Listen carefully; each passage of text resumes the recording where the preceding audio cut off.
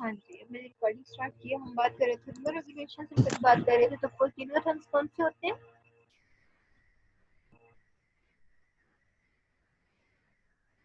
Regulators. किलोथर्म्स regulator. चलिए ठीक है, मैं आपको बताती हूँ। किलोथर्म्स जो हैं ये रेगुलेटर नहीं होते, बल्कि ये कन्फर्मर होते हैं। जिस तरह स्टार्ट में जब हमने फिजियोलॉजी स्टार्ट की थी, तो हमने उसमें दो टर्म्स को हमने समझा था, एक रेगुलेटर्स और एक कन्फर्मर्स। तो रेगुलेटर्स वो होते हैं जो अडॉप्टेड नहीं होते एक इन्वायरमेंट के लिए, बल्कि वो जो भी कंडीशंस में चेंज आ रहा है, इन्वायरमेंट में चेंज आ रहा है, उसके अकॉर्डिंग खुद को रेगुलेट कर लेते हैं। जबकि कन्फर्मर्स जो है वो परपेचुअल इन्वायरमेंट में रहते हैं, कांस्टेंट इन्वायरमेंट में रहते हैं, और उस दौरान वो खुद को जो इन्वायरमेंट उनका जो कांस्टेंट होता है, उनकी बॉडी का टेम्परेचर भी वैसा ही रहता है। उनका इंटरनल जो टेम्परेचर है वो उसको वो मेंटेन रखते हैं, और जो सरफेस का टेम्परेचर है वो सेम वैसा ही रहता है जैसा कि इन्वायरमेंट का टेम्परेचर होता है।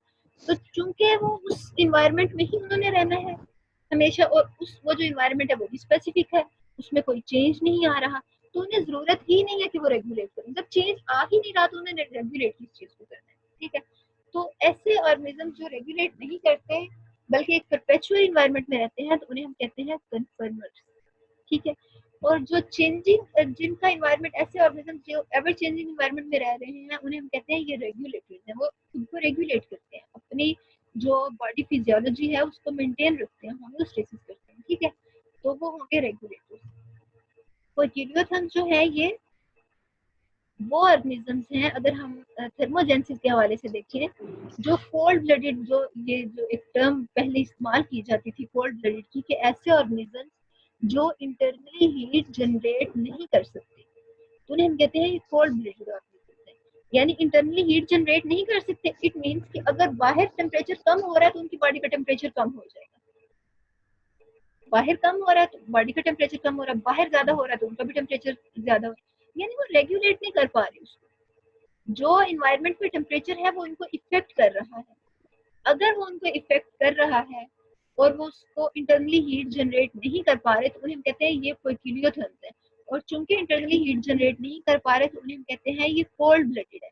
अच्छा, उसके अलावा फिर इसके अपोजिट जो एक टर्म इस्तेमाल की जाती है किलोथर्म्स के हवाले से, दूसरी जो टर्म इस्तेमाल की जाती है इसके साथ ही, वो है होम्योथर्म्स। अब किलोथर्म्स जो है उनका बॉडी टेम्परेचर इन्वायरमेंट के साथ चेंज हो जाता है। जो इन्वायरमेंट का टेम्परेचर होता है वो उनकी बॉडी का टेम्परेचर हो जाता है। ठीक है। लेकिन जो होम्योथर्म्स हैं वो अपनी बॉडी टेम्परेचर को मेंटेन रखते हैं। अब वो मेंटेन किस तरह से रखते हैं? वो जाहिर है कि फिर रेगुलेट करते हैं। अगर बाहर टेम्परेचर कम हो रहा है तो वो इंटरनली हीट जनरेट करेंगे और अपने टेम्परेचर को मेंटेन कर लेंगे। तो चूंकि वो अपने बॉडी टेम्परेचर को मेंटेन कर रहे हैं, और जो एक्सटर्नल इन्वायरमेंट का टेम्परेचर है उसको अपने जो इंटरनल टेम्परेचर है उसको सेट पॉइंट से हटने नहीं दे रहे, बल्कि वो जो नैरो फ्लक्चुएट कर उसको फौरन फिर सेट पॉइंट पे ले आते हैं रेगुलेट करके, तो उनको फिर हम कहते हैं कि ये वाले जो ऑर्गेनिजम्स हैं ये रेगुलेटर्स हैं। जो होम्योथर्म्स है वो क्या है? रेगुलेटर्स है। ठीक है। और जो ये किलोथर्म्स है वो रेगुलेट नहीं कर सकते, बल्कि वो कन्फर्मर्स है। किलोथर्म्स क्या है? कन्फर्मर्स है। और जो ये होम्योथर्म्स है वो रेगुलेटर्स हैं। ठीक है। ये दो टर्म्स आपको समझ आती? किलोथर्म्स कौन है? जो रेगुलेट नहीं कर सकते, और जो है ये होम्योथर्म्स, वो अपने टेम्परेचर को नियरली कांस्टेंट रखते हैं। कोई चेंज आता भी है तो फौरन उसको रेगुलेट करके सेट पॉइंट पे ले जाते हैं। ठीक है। हाँ जी, ये क्लियर हो गया किलोथर्म और होम्योथर्म?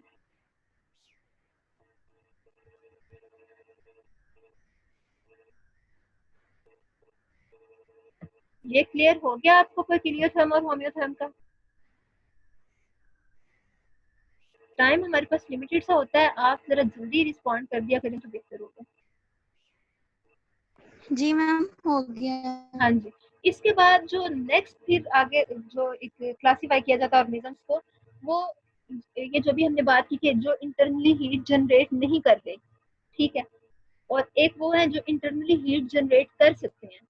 तो इस हवाले से दो टर्म्स होती हैं, एक एक्टोथर्म और दूसरे एंडोथर्म। एक्टोथर्म नाम से एक्टो से ही जाहिर हो रहा है कि जो सरफेस से हीट को एब्जॉर्ब करते हैं उन्हें हम कहते हैं कि ये एक्टोथर्म, और एंडोथर्म वो होंगे जो इंटरनली हीट जनरेट करते हैं।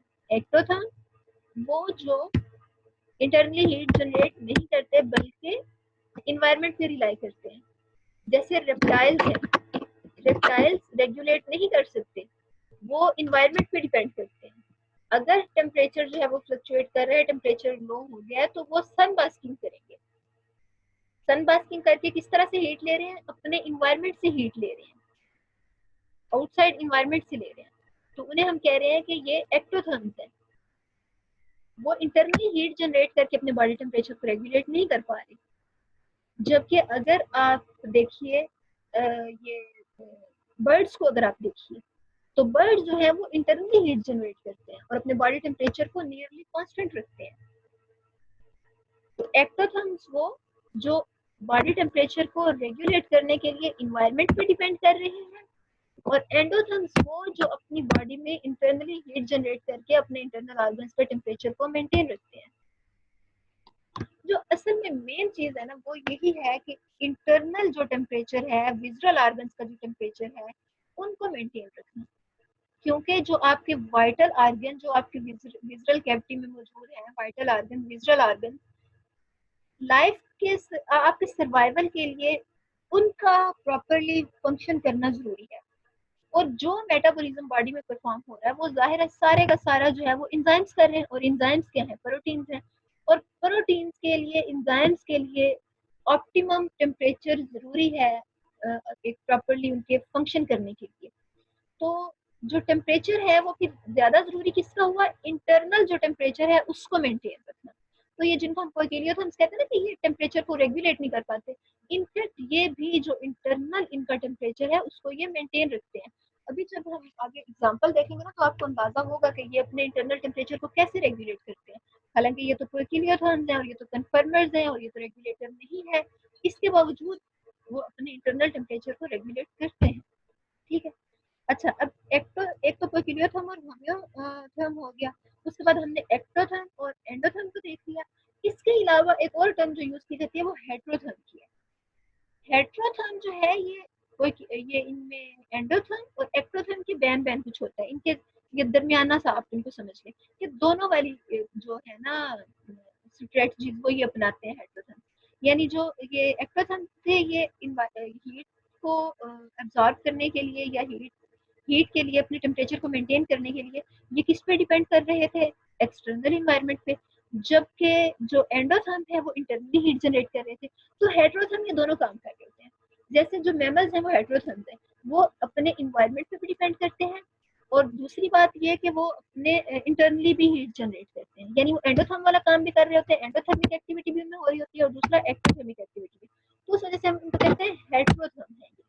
दोनों के बैन बैन है, ठीक है, मॉडरेट है वो, ना तो वो कम्प्लीटली एक्टोथर्म है ना कम्प्लीटली एंडोथर्म है, बल्कि वो दोनों वाली स्ट्रेटजीज को अपनाते हैं। तो इस वजह से मैंने कहते हैं ये हेट्रोथर्म है। यानी उनको इन्वायरमेंट इफेक्ट करता है तो उनका टेम्परेचर कोइलियोथर्म की तरह चेंज हो जाता है, लेकिन फिर वो एंडोथर्म्स की तरह से अपने टेम्परेचर को मेंटेन भी कर लेते हैं। ठीक है, तो ये जो है ये हेट्रोथर्म वो दोनों वाली स्ट्रेटजीज को अपनाते हैं। ठीक है, अब ये जो टेम्परेचर को मेंटेन करने के लिए डिवाइसेस हैं, नेचुरल डिवाइसेस 4 है। 4 नेचुरल डिवाइसेस हैं हीट को गेन करने के लिए, हीट गेन या हीट लॉस के लिए 4 नेचुरल डिवाइसेस हैं। उनमें एक है कंडक्शन, एक है कन्वेक्शन, एक है रेडिएशन और एक है इवेपोरेशन। तो टोटल हुई 4। कंडक्शन यानी सरफेस से अगर हीट को कर रहे हैं, एक्सचेंज कर रहे हैं, अगर अपनी सरफेस को इस्तेमाल कर रहे हैं, सरफेस टू सरफेस अगर हीट एक्सचेंज हो रहा है तो उससे हम कहते हैं ये कंडक्शन हो रही है। जैसा कि अगर आप किसी गर्म सरफेस पे हाथ रखते हैं, मोहम्मद बिलाल, मैं आपको कंटिन्यूसली मैं आपको म्यूट करती जा रही हूँ, मैं आपको रिमूव नहीं कर रही हूँ, लेकिन अब मैं ये आपको लास्ट वार्निंग दे रही हूँ। कंटिन्यूसली आप अनम्यूट कर रहे हैं और मैं आपको म्यूट करती जा रही हूँ खामोशी से, लेकिन अब मैं आपको रिमूव करूंगी, ये लास्ट वार्निंग थी। ठीक है, तो इसके बाद अच्छा कंडक्शन जो है, कंडक्शन क्या है? सरफेस टू सरफेस हीट का ट्रांसफर होना। जैसे अगर आप किसी गर्म सरफेस पे हाथ रखते हैं तो उससे हीट जो है वो सरफेस से आपकी बॉडी सरफेस से होती हुई एब्जॉर्ब हो जाएगी, ठीक है। तो सरफेस टू सरफेस जो हीट का ट्रांसफर होता है उसे कहते हैं कंडक्शन। कन्वेक्शन का मतलब है जैसे अगर एयर है, एयर पास कर रही है बॉडी से, तो उससे जो आपकी बॉडी की हीट है वो डेसिपेट कर जाए एयर के बॉडी से पास करने से, या जैसे जो वाटर है वो अगर बॉडी सरफेस से पास करे तो जो हीट है वो वाटर में एब्जॉर्ब हो जाए।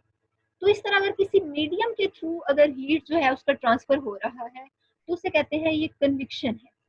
अगर सरफेस टू सरफेस हो तो कंडक्शन, अगर किसी मीडियम के थ्रू हीट ट्रांसफर हो रही है तो उससे कहेंगे ये कन्विक्शन है। इवेपोरेशन क्या है?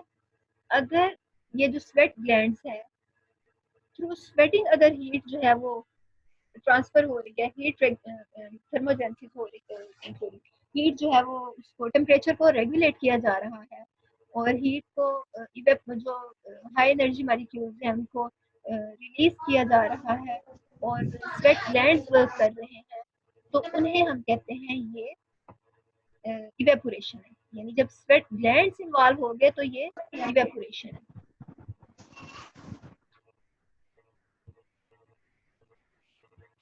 ठीक है। और उसके बाद एक और जो है कन्विक्शन, ये कंडक्शन हमने देख ली सरफेस टू सरफेस। कन्विक्शन क्या है? Through a medium heat transfer. और उसके बाद हमने देखा इवेपोरेशन यानी स्वेटिंग के थ्रू हीट लॉस। और उसके बाद है रेडिएशन। रेडिएशन है heat gain through sun rays. Sun rays से हीट को गेन करना, सूरज की जो शुआएं हैं, सन की जो रेज हैं उनसे हीट को एब्जॉर्ब करना, इसे कहते हैं रेडिएशन। और रेडिएशन जो है ये सबसे खतरनाक जो है डिवाइस हीट गेन की, ये रेडिएशन है। क्योंकि इससे फिर जाहिर है ये जो अल्ट्रावायलेट रेडिएशन आ रही होती है ये इससे स्किन कैंसर भी हो सकता है। और अच्छा, फिर कुछ ऐसे ऐसे लोग जो हाई अल्टीट्यूड पे रहते हैं वो फिर मेनली डिपेंड करते हैं, सिर्फ लोग ही नहीं बल्कि सारे ऑर्गेनिज्म जो हाई अल्टीट्यूड पे रहते हैं, जो ठंडे इलाकों में रहते हैं, वो डिपेंड करते हैं इन पे, इस पे सन रेज पे डिपेंड करते हैं। यानी हीट गेन करने के लिए वो किस पे डिपेंड कर रहे हैं? सन रेज पे, रेडिएशन पे डिपेंड कर रहे हैं। तो उनके अंदर फिर एक ये नेचुरली ये वो अडॉप्टेड होते हैं, यानी उनकी जो स्किन है वो अडॉप्टेड होगी, यानी उनके अंदर जो मेलानिन की प्रोडक्शन है वो ज्यादा होती है ताकि स्किन जो है वो डार्क हो जाए। तो जो डार्कर स्किन वो अमूमन हमें हाई अल्टीट्यूड पे नजर आती है। ऐसे इलाकों में जो बुलंदी पे हैं और जहाँ पे ठंड ज्यादा है, टेम्परेचर कम है, तो वो फिर जो डिपेंड कर रहे हैं सन रेज पे। तो वो चूंकि वो सूरज से उनका एक्सपोजर ज्यादा है तो वहाँ पे डार्कर होगी स्किन, क्योंकि ये एक स्ट्रेटजी है इसकी, ये एक नेचुरल अडेप्टेशन है कि उसके जो हार्मफुल इफेक्ट्स हैं उनको अवॉइड करने के लिए जो मेलानिन की प्रोडक्शन है वो ज्यादा है, क्योंकि मेलानिन जो है वो उसके हार्मफुल इफेक्ट से बचाएगा, जो अल्ट्रावायलेट रेज है उनके हार्मफुल इफेक्ट से बचाता है। और वैसे भी आप ये देखें, जो डार्क कलर है, आपको दरख्तों में डार्क कलर नजर आता है, आपको फलों में डार्क कलर नजर आएगा। तो ये डार्क कलर किस लिए है? यानी एंटीऑक्सीडेंट्स इनमें ज्यादा होते हैं। क्योंकि एंटीऑक्सीडेंट्स किस लिए होते हैं? ऑक्सीडेटिव स्ट्रेस को काउंटर करने के लिए। तो ऑक्सीडेटिव स्ट्रेस को काउंटर करने के लिए जो एंटीऑक्सीडेंट है वो कब ज्यादा बनेंगे? जब ऑक्सीडेटिव स्ट्रेस ज्यादा होगा। तो जब हार्मफुल इफेक्ट्स आ रहे हैं अल्ट्रावायलेट रेडिएशंस के, अगर अल्ट्रावायलेट रेडिएशंस आ गए तो उनके हार्मफुल इफेक्ट्स भी आएंगे, ऑक्सीडेटिव स्ट्रेस होगा।